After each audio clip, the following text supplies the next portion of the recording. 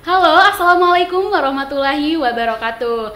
Selamat pagi semua. Perkenalkan saya Emilda selaku perwakilan dari BEM FEB UMM Departemen Advokastrat.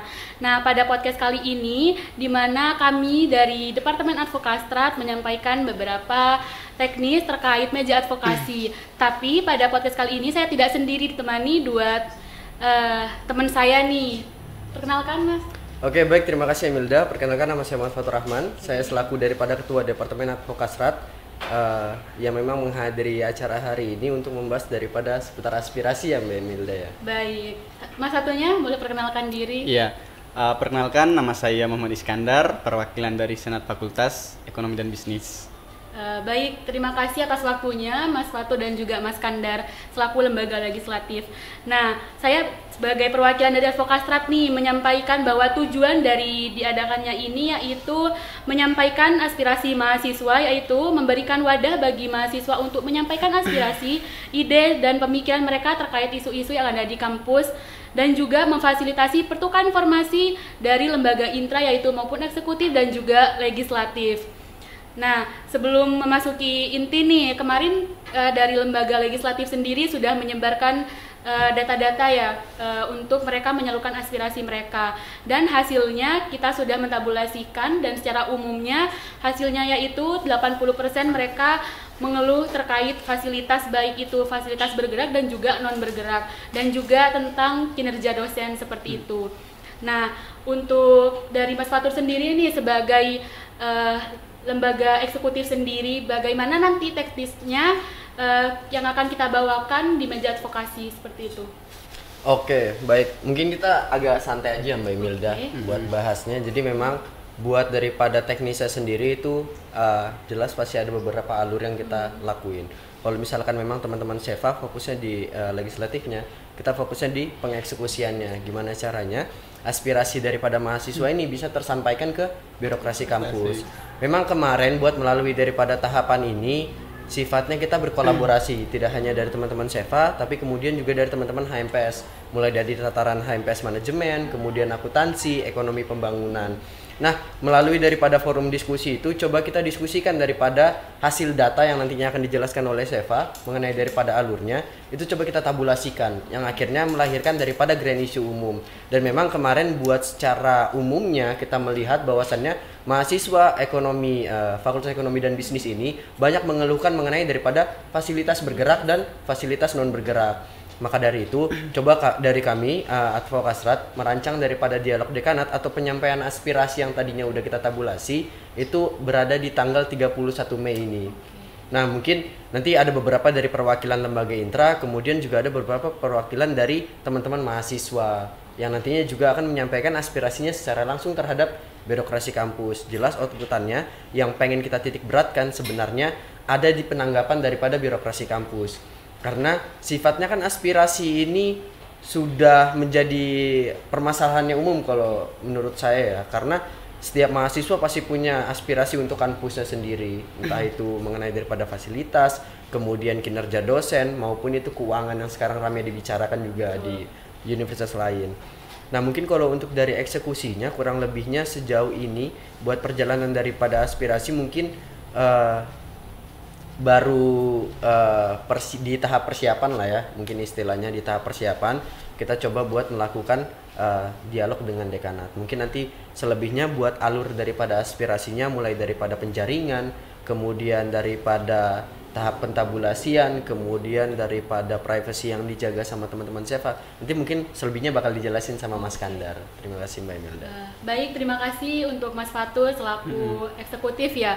Dimana nanti teknisnya itu sudah terstruktur dengan baik, mulai dari tabulasi data dari dari ketiga jurusan, sehingga menghasilkan grand issue yang nantinya akan dibawakan oleh pada meja advokasi.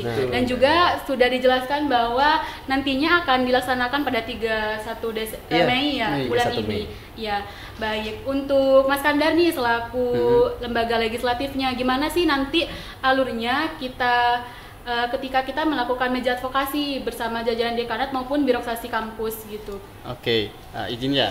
Jadi sebelum kita melakukan meja advokasi, jadi sebelum daripada itu ada beberapa tahapan yang perlu kita lalui begitu.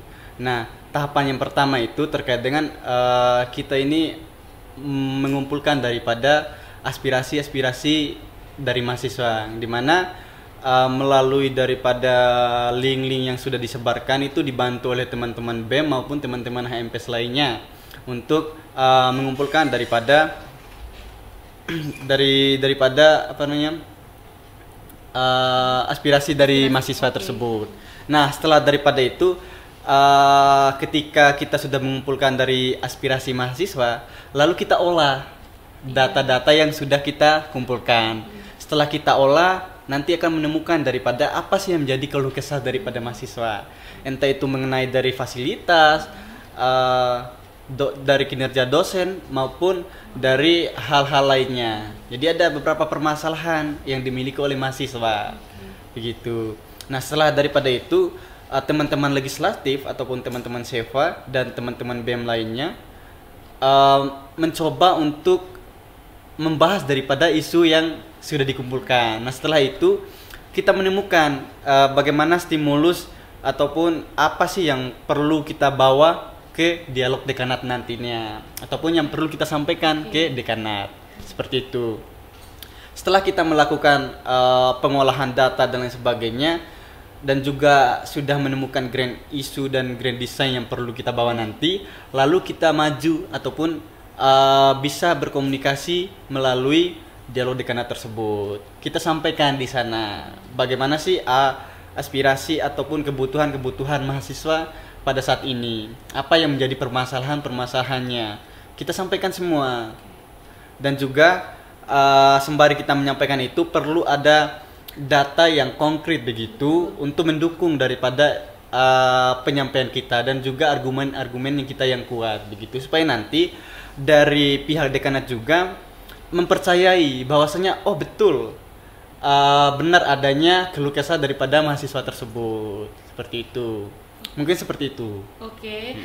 Terima kasih ya kepada Mas Kandar, sangat jelas bagaimana nanti alurnya yang akan kita bawakan pada saat meja advokasi. Nah, ya tadi Mas Kandar nih menyinggung nih bagaimana yang akan dibawakan kepada birokrasi kampus agar datanya valid dan juga terpercaya bahwa akan selama ini ada isu-isu yang dikeluhkan dari mahasiswa seperti itu. Nah, bagaimana nih nanti ketika kita melakukan meja advokasi, kan ada beberapa sudut pandang dari kita sebagai lembaga intra. Nah, bagaimana nanti alurnya atau cara menyampaikan agar birokrasi atau dekanat nih dapat mengetahui atau dapat supaya nanti ada pergerakan gitu, bukan stop hanya di meja advokasi mereka tahu tapi gak berjalan gitu.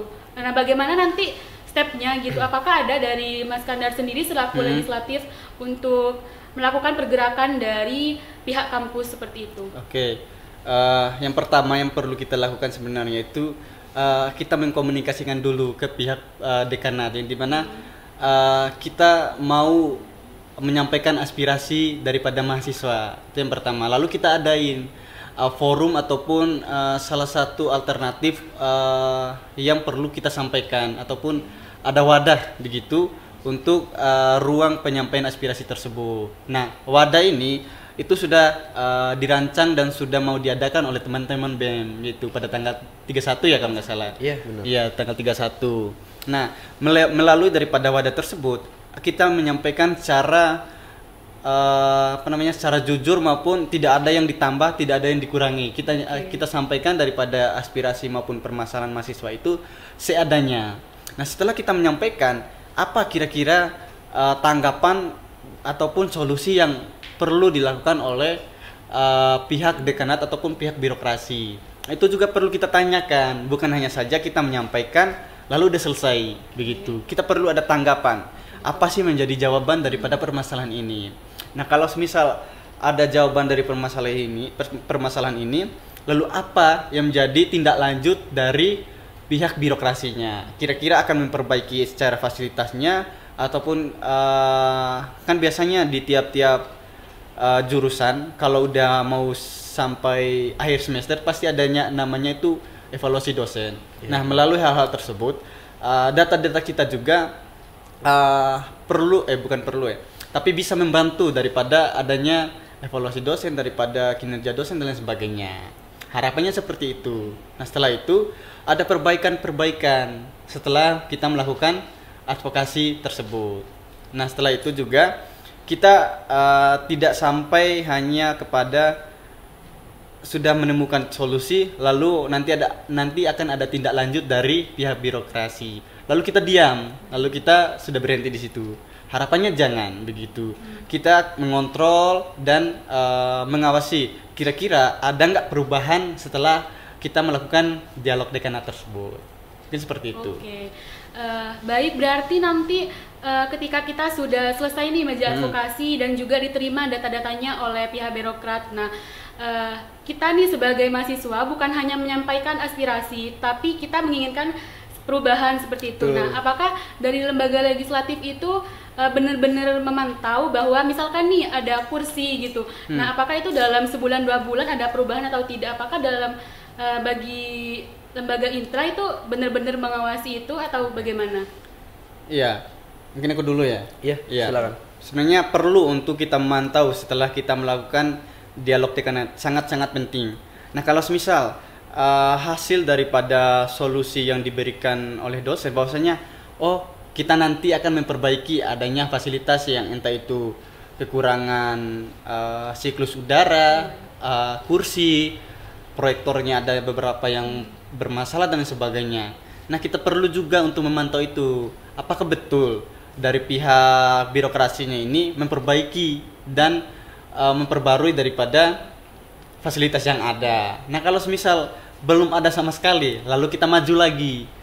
Bahwasanya Pak ataupun Ibu, kita masih belum melihat daripada adanya perubahan setelah pasca dari adanya dialog dekanat tersebut. Jadi perlu kita mengontrol gitu. Seperti itu. Mungkin ada tambahan dari Mas Fatur selaku badan eksekutifnya. Oke, mungkin tambahan aja dari Kandar, kurang lebih apa yang dikasih sampaikan Kandar tadi ya sepakat gitu. Karena memang mekanismenya buat daripada aspirasi sendiri, yang namanya sifatnya aspirasi itu di setiap saat pasti ada dan di setiap saat pasti berubah dan harus ada bentuk daripada penanggulangannya gitu loh. Jadi harus ada perbaikannya, kemudian harus ada perubahannya dan lain sebagainya. Maka dari itu aku sepakat sama apa yang dikatakan sama Kandar tadi selaku daripada Ketua SEFA mengenai daripada pasca kegiatan dialog dekanat ini. Melihat daripada kondisi sekarang, kalau misalkan kita lihat di ruang lingkupnya umum ya, kebanyakan aspirasi itu biasanya hanya ditanggapin aja. Jadi oke, nanti ditanggapin ya, cuman tindak lanjutnya nggak ada. Ya, nah, maka dari itu coba sifatnya yang tadi saya bilang di awal mengenai daripada kolaborasi, harapannya tidak putus sampai ke akhir periode kita menjalankan. Karena mengenai daripada aspirasi ini sebenarnya agak riskan. Karena biasa tindak follow up-nya itu yang agak hard buat kita tentukan seperti itu. Misalkan mengenai daripada fasilitas AC yang mungkin sirkulasi daripada di ruangannya itu agak kurang ya. Jadi kadang mahasiswa ada yang merasa belajarnya itu pengap dan lain sebagainya. Akhirnya mahasiswa menuntut buat AC ataupun penambahan kipas ataupun pemeliharaan balik mengenai daripada alat kipas tersebut. Cuman itu yang perlu kita range juga nantinya setelah daripada pasca dialog dekanat ini. Nanti dengan bantuan teman-teman SEFA, kemudian dari teman-teman legislatif, kemudian dari teman-teman eksekutif lainnya, mulai daripada HMPS, kemudian daripada BEM, itu coba mengawal pasca ini secara bersama-sama. Kalau misalkan memang tidak dilanjuti oleh pihak birokrasi kampus ya otomatis pasti ada dialog dekanat. Maksudnya ada dialog dekanat kedua. Maksudnya di sini bukan memastikan bakal ada lanjutan buat dialog dekanat, tapi sifatnya daripada penyampaian aspirasi itu sebenarnya bertahap. Gak bisa kita langsung langsung 11 gitu semua aspirasi kita sampaikan. Tapi memang ada beberapa tahapan yang perlu kita lakukan melihat daripada tingkat gentingnya suatu aspirasi ini, mulai daripada fasilitas dan lain sebagainya. Nah, mungkin menambahkan aja dari apa yang tadi dibilang Kandar juga. Jadi sebenarnya memang untuk mobilisasi ke mahasiswanya kita berfokus pada alurnya. Karena memang melihat daripada kondisi hari ini sepertinya banyak mahasiswa yang kurang paham dengan alur aspirasi.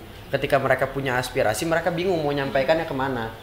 Padahal daripada birokrasi kampus kemudian lembaga legislatif itu menerima dengan leluasa mengenai daripada aspirasi mahasiswa. Nah, ini yang coba kita sampaikan, aku sama Kandar sampaikan mengenai daripada alur aspirasi. Ketika teman-teman nanti memang sekiranya mempunyai aspirasi yang berhubungan tentang fasilitas maupun kinerja dosen ataupun itu mengenai daripada keuangan dan lain sebagainya, monggo disampaikan ke lembaga legislatif. Nanti baru dieksekusi oleh lembaga eksekutif. Jadi sistemnya seperti itu. Buat daripada teknisnya, kemudian daripada alur aspirasinya mungkin tadi kurang lebih sudah aku jelaskan sama Kandar juga ya. Ya mungkin itu aja dari aku.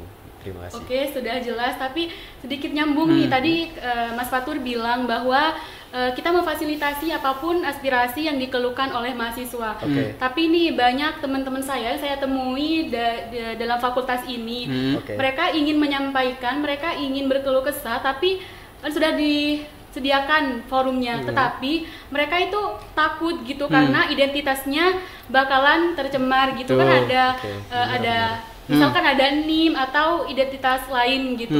Jadi mereka itu masih ragu untuk menyampaikan aspirasinya seperti itu. Gimana itu untuk?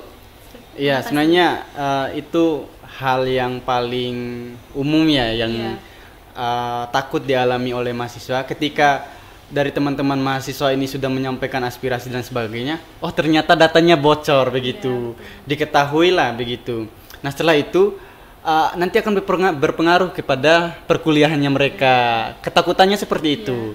Nah, untuk dari teman-temannya nanti insya Allah dari teman-teman legislasi akan menjaga ketat dari data-data teman-teman, tidak menyebarluaskan dan lain sebagainya. Jadi dari teman-teman legislasi ini akan menjamin daripada keamanan data. Harapannya seperti itu. Dan juga dari teman-teman mahasiswa juga perlu untuk mempercayai, saling percaya begitu. Iya, benar. Mempercayai dari teman-teman legislasi bahwasanya data dari teman-teman mahasiswa itu tidak akan disebarluaskan, sehingga nanti tidak akan berpengaruh kepada aktivitas perkuliahan ataupun hal-hal yang lainnya. Itu yang jadi ketakutan. Sempat juga ada studi kasus dari teman-teman kelas saya begitu. Ada beberapa orang yang pengen banget menyampaikan aspirasi, pengen menyampaikan apa yang jadi keluh kesah, permasalahan dan sebagainya. Ketakutannya itu mereka takut datanya bocor, datanya kesebar, datanya diketahui oleh pihak-pihak yang tidak bertanggung jawab dan lain sebagainya. Ketakutannya seperti itu, sehingga mereka jadi nggak usah isi ataupun nggak usah menyampaikan daripada aspirasi. Takutnya data saya bocor dan sebagainya. Tapi yang menjadi titik tekan di sini dari data-data teman-teman mahasiswa, insya Allah akan kita jaga dan kita amani begitu. Tidak akan kita sebarluaskan. Hanya teman-teman legislatif yang tahu daripada data teman-teman seperti itu. Oke, siap. Nah, perlu diketahui nih teman-teman bahwa kalian tidak usah takut lagi dan juga tidak usah ragu lagi bahwa kalian apa nih yang dikeluhkan selama kalian kuliah, baik itu dalam fasilitas maupun kinerja dosen, karena banyak sekali yang mengeluhkan kinerja dosen tapi takut nilainya yang terancam seperti itu. Jadi untuk selanjutnya nih ketika kita memfasilitasi seperti ini bahwa apapun yang akan kalian sampaikan boleh banget nih supaya kita nantinya menindaklanjuti ke pihak birokrat maupun ke dekanat seperti itu. Nah, sebelum mengakhiri nih perlu ditegaskan kepada Mas Fatur maupun Mas Kandar hasil outputan supaya teman-teman mahasiswa yang sudah menyampaikan aspirasinya di tabulasi tersebut bisa mempercayai kita nih sebagai menjembatani untuk birokrat nanti. Menegaskan aja outputannya seperti apa nantinya. Oke, mungkin dari aku ya, Mas Kandar ya. Ya mungkin terima kasih ya Milda atas pertanyaannya tadi mulai dari awal sampai akhir. Mungkin agak sedikit panjang ya, karena memang ada beberapa outputan yang kami harapkan, yang kemudian teman-teman juga harus paham tupoksi kami berdua ini di sini sebagai apa. Yang kemudian mungkin nanti akan dijelaskan oleh Kandar tupoksi seva itu seperti apa, agar mahasiswa ini juga akhirnya saling trust gitu loh. Oh, memang tupoksinya seperti itu, memang seharusnya sudah seva seperti itu, dan memang sudah seharusnya advokasrat seperti itu. Akhirnya buat saling percaya itu lebih mudah karena kita saling mengenal. Nah, buat daripada advokasrat sendiri memang fungsinya atau tupoksinya memang membahas daripada isu-isu seputar mahasiswa. Kemudian juga nggak menutup kemungkinan untuk membahas daripada isu di luar mahasiswa. Nah, ini yang coba kita tekankan mengenai daripada isu mahasiswa yang sifatnya ada di ruang lingkup kampus, khususnya ada lagi di fakultas. Nah, memang melalui daripada program kerja yang sudah kami rakerkan kemarin mengenai daripada meja advokasi ini, coba kita rancang sedemikian rupa bagaimana caranya kita mampu buat berkolaborasi dengan teman-teman lembaga intra lainnya, maupun di tataran legislatif maupun di tataran eksekutif, yang akhirnya melahirkanlah podcast ini. Kemudian juga ada nanti dialog di Kanat di tanggal 31. Mungkin secara alurnya lebih mau tak tekankan di teknisnya lagi, karena tadi juga sempat disinggung mengenai daripada privacy datanya, dan ini sudah ada hasil tabulasi datanya. Dan pertanyaan besarnya pasti apakah di hasil tabulasi data itu akan tercantum nama-nama mahasiswa. Untuk poin itu perlu saya tegaskan lagi, tidak ada mencantumkan daripada data-data nama, NIM maupun identitas mahasiswa sekalipun. Yang kita coba cantumkan daripada hasil tuntutan atau aspirasi yang disampaikan oleh mahasiswa. Jadi apa yang mau kita tuju itu yang kita cantumkan di sana. Kira-kira dari sekian banyak aspirasi mahasiswa, apa yang mau dituntut oleh mahasiswa? Maksudnya apa yang pengen disuarakan oleh mahasiswa? Jadi jelas outputannya yang pertama, daripada aspirasi mahasiswa terdengar hingga ke tataran birokrasi. Yang kedua, outputannya birokrasi mampu buat menindaklanjuti daripada aspirasi yang kami sampaikan. Nah, melalui dua hal ini, saya rasa itu sudah cukup tegas dan cukup memperjelas daripada outputan yang kita inginkan. Karena mulai daripada penyampaian, kemudian pasca daripada kegiatannya, ini tetap ada pendampingan dari sana mungkin.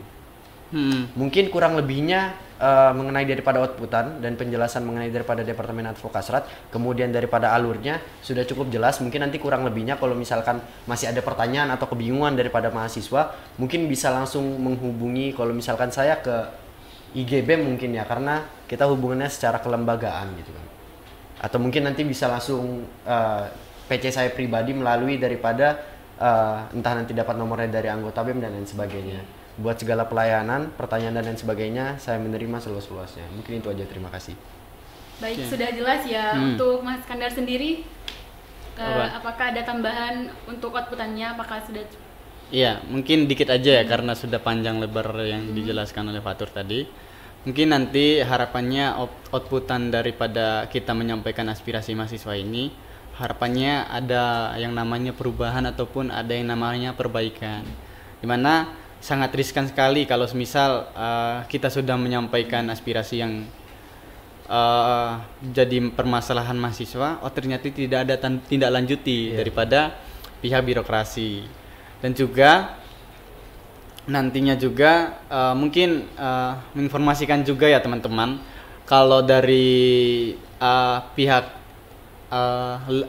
pihak aspirasi itu sangat terbuka lebar untuk dari teman-teman. Kalau misal ada permasalahan daripada entah itu permasalahan dengan dosen, permasalahan dengan fakultas, permasalahan dengan mahasiswa satu dan mahasiswa lainnya begitu.